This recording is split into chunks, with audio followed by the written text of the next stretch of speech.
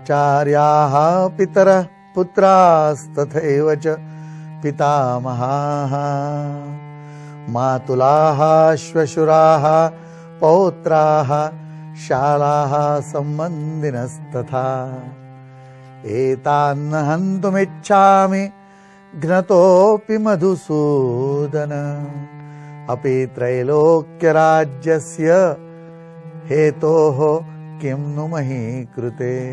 अर्जुनाने पुढचे मुद्दे व्यवस्थित सांगायला सुरुवात केली। आपण याचा शब्दाने अर्थ पाहूया। आचार्याः म्हणजे आचार्य, पितराः म्हणजे वडील, तथा म्हणजे तसेच, पुत्राः म्हणजे पुत्र, पितामहा म्हणजे आजे आजोबा, मातुलाः म्हणजे मामे, श्वशुराः म्हणजे सासरे, पौत्राः म्हणजे नातू, शालाः संबंधिनः म्हणजे शालाः म्हणजे मेवणे आणि संबंधिना म्हणजे आणि इतर संबंधी लोक आहेत। एतान् हन्तुम् इच्छामि, ह्या सगळ्यांना मला मारायचं नाहीये। मी त्यांनी एक अजून स्पष्टीकरण देत असताना या ठिकाणी तो जास्त मला असं वाटतं एका बाजूनी अडकत जातोय, एका बाजूनी तो व्यवस्थित समजवण्याचा प्रयत्न करतोय। द्रोणाचार्यांच्या बाबतीत एक कथा आपल्याला सर्वांना माहिती आहे की द्रोणाचार्यांनी काय केलं की अर्जुन हा प्रिय होता यासाठी एकलव्यावर पण अन्याय केला। असे आपले गुरु की ज्यांनी आपल्यासाठी काय म्हणून नाही केलं असे आहेत समोर उभे आणि त्यांना मारायचंय असा अर्जुनापुढे मोठा प्रश्न होता। आणि म्हणून त्यांनी आचार्य हे पहिलं नाव घेतलं। त्यानंतर म्हणतोय पितरः, माझे वडील समान जे लोक आहेत किंवा माझे वडील आहेत असंच आपण म्हणूया, त्यांच्याशी मला युद्ध करायचे, तेही मरतील याच्यामध्ये। मग पुत्र आहेत माझे, नंतर आजे आजोबा मामे, आणि यातली ही नाती आहेत ती फार व्यवस्थितपणे घेतलेली आहेत की एका बाजूनी सर्वात महत्त्वाचा जो गुरु असतो, कारण त्या गुरुनी संपूर्ण व्यक्तिमत्व घडवलेलं असतं। आणि आज अर्जुन आपल्याला जो काय सर्वांना माहिती आहे तो त्याच्या लक्षवेधीपणामुळे, त्याच्या शौर्यामुळे, आणि ते सगळं घडवलं होतं आचार्यांनी, म्हणून आचार्य पहिले आले। आचार्यांच्या पाठोपाठ मग जन्मदाते जे आहेत आपले पितर आहेत ते आले। त्याच्यानंतर मग आपली पिढी पुढे चालायची, आपण ज्याच्यासाठी सर्व करतो, सामान्य मनुष्य तर आपल्या मुलाबाळांसाठी प्राण द्यायला तयार असतो, अशी आपली मुलं बाळं त्यांचं नाव घेतलं। त्यानंतर मग आपले आजे आजोबा मामे दोन्ही बाजूनी, म्हणजे त्यांनी काय वडिलांच्या बाजूनी असलेली नाती आणि आईच्या बाजूनी असलेली नाती, अशी सर्व नाती या ठिकाणी घेतली। एवढंच नाही तर ही सगळी रक्ताची नाती आहेत। आणि त्यानंतर तो म्हणतो श्वशुराः, म्हणजे सासरे जे बायकोकडून आलेले आहेत, त्यांचं रक्ताचं नातं नसलं तरी सुद्धा ते जे आहेत आपल्या नात्याची मंडळी, यांना आपण कसे काय मारणार। आणि मग बाकी सर्व संबंधित लोक, मग आपल्याला सर्व पुढचे संबंध दाखवले नाही।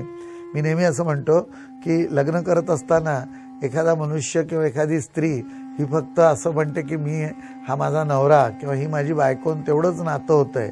परंतु अक्षता पडल्या एकदम समोर अनेक नाती तयार होतात, कारण मग जो बायकोचे वडील असतात ते सासरे होतात, सासू होते, बायकोचा भाऊ आहे तो मेवणा तयार होतो। अशा तऱ्हेने एकदम एक मोठी यादी आपल्या डोळ्यासमोर तयार होते। ती सर्व नात्याची मंडळी होतात, ती सर्व आपली कुटुंबीय होतात, आणि असे सर्व कुटुंबीय त्या ठिकाणी जमलेले आहेत। शाला संबंधिनस्तथा आचार्याः, गुरुचं महत्व म्हणून पहिल्यांदा सुरुवातीला नातं सांगितलं। आणि आता एक महत्वाचं नातं, अत्यंत नाजूक संबंध ते मेवणा। तेव्हा या शाला या शब्दाचा शेवटी उल्लेख करून सर्व नात्यांना महत्वाच्या अशा दोन टोकामध्ये अर्जुनाने जोडून सांगितलं की हे सर्व आहेत। आणि मग सर्व त्यांच्या निमित्ताने संबंधित, आपण तर पाहतो की नाती किती महत्वाची आहेत। या नात्यांची एकूण सर्व भावनिक जी काही गुंतागुंत असते ती फार नाजूक असते। आणि त्यामध्ये ही जी नाती आहेत की मेवणा म्हटल्यानंतर किंवा इतर संबंधित असतात, त्यांच्या बाबतीत जर काही चुकीचा निर्णय घेतला तर आपण असं पाहतो की तो फार त्यातून मोठी भांडणं होऊ शकतात। असे हे सर्व लोक आहेत की ज्यांची भावनिक गुंतागुंत सांभाळायची आहे, तर त्यांना मारणार कसं? म्हणून तो म्हणतो एतान् हन्तुम् इच्छामि, की मी यांना मारू इच्छित नाही. एवढंच नाही की ते जर मला मारणार असतील तरी मी त्यांना मारणार नाही. आपण याचा शब्दशः जे अर्थ आहे तो पाहूया की हे मधुसूदना, घ्नता म्हणजे मला मारले, अपि तरी त्रैलोक्य राज्यस्य म्हणजे त्रैलोक्याचे राज्याच्या हेतोः साठी, त्रैलोक्याचं राज्य कुठे मिळणार होतं, पण अर्जुन अपि म्हणजे देखील, एतान म्हणजे या सर्वांना, हंतुम म्हणजे मी मारू न इच्छामि इच्छित नाही. मग मही कृते म्हणजे पृथ्वीची, नु किम काय कथा, मला कोणी त्रैलोक्याचं राज्य दिलं तरी मी त्यांना मारणार नाही. आणि आता तर मला साधं काय मिळणार आहे, पृथ्वीचं राज्य. म्हणजे त्यांचं जे काही पांडव कौरवांचं भांडण होतं ते जिंकल्यानंतर त्याला जे काही राज्य मिळालं असतं हस्तिनापुराचं, त्यासाठी मी कशाला त्यांना मारतोय, पाहिजे तर त्यांना मला मारू दे. काय मला असं वाटतं यामध्ये आपल्याला लक्षात घ्यायचं की मनुष्य ज्या वेळेला एखाद्या इच्छा तर आहे, परंतु त्यासाठी कर्म करायसाठी म्हणून जे प्रोत्साहन आहे ते मिळत नाहीये. आपल्याला एखादी गोष्टी हवी आहे, परंतु ती साध्य करण्यासाठी ज्या कुठल्या संकटांना सामोरं जायचंय ती तयारी नाहीये. आणि त्यातल्या त्यात सर्व संकट माणसाला पार करता येतात, परंतु भावनिक बंध हे कधी पार करता येत नाही. मनुष्य ह्याच्यातच अडकतो. आणि त्यामुळे अर्जुन आहे तो आत्ता या भावनिक बंधामध्ये भावना विवश झालेला आहे. एकदा असं वाटतं की हे युद्ध टाळावं म्हणून हे प्रयत्न आहेत, परंतु एका दृष्टीने अर्जुन हा जरी किती मोठा असला तरी शेवटी तो मनुष्य होता. त्याचंही लग्न झालेलं होतं, त्याच्या सुभद्रा होती, द्रौपदी होती, साहजिकच त्याची नाती होती, सासरे होते, मेहुणे होते. आणि सर्व जर मरून गेले तर त्या अर्जुनाला साहजिकच असं वाटणं की आपण या एकाकीपणामध्ये हे राज्य कोणावर करणार हे तर झालंच, परंतु हे जे सुख आहे ते सुख नसतात. माणसाला सुखाची कल्पना ही आपल्या भावना संबंध सांभाळूनच करता येते किंवा सुख मिळतं.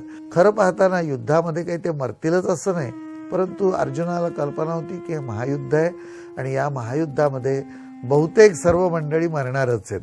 म्हणजे शेवटी फार थोडी मंडळी जिवंत राहिली होती, याचं बहुतेक अर्जुनाला गणित समजलेलं असावं, म्हणून तो म्हणतो मी यांना मारणार नाही. श्री गीता योग शोध ब्रह्मविद्येचा हा कार्यक्रम आपल्याला कसा वाटला हे आम्हाला आवर्जून कळवा. श्रीमद भगवद्गीते संदर्भात आपल्या मनात काही प्रश्न असतील तर ते जरूर विचारा. आमचा पत्रव्यवहाराचा पत्ता आहे Saam Marathi, Sakal Bhavan, plot number 42B, sector 11, CBD Belapur, Navi Mumbai 400614.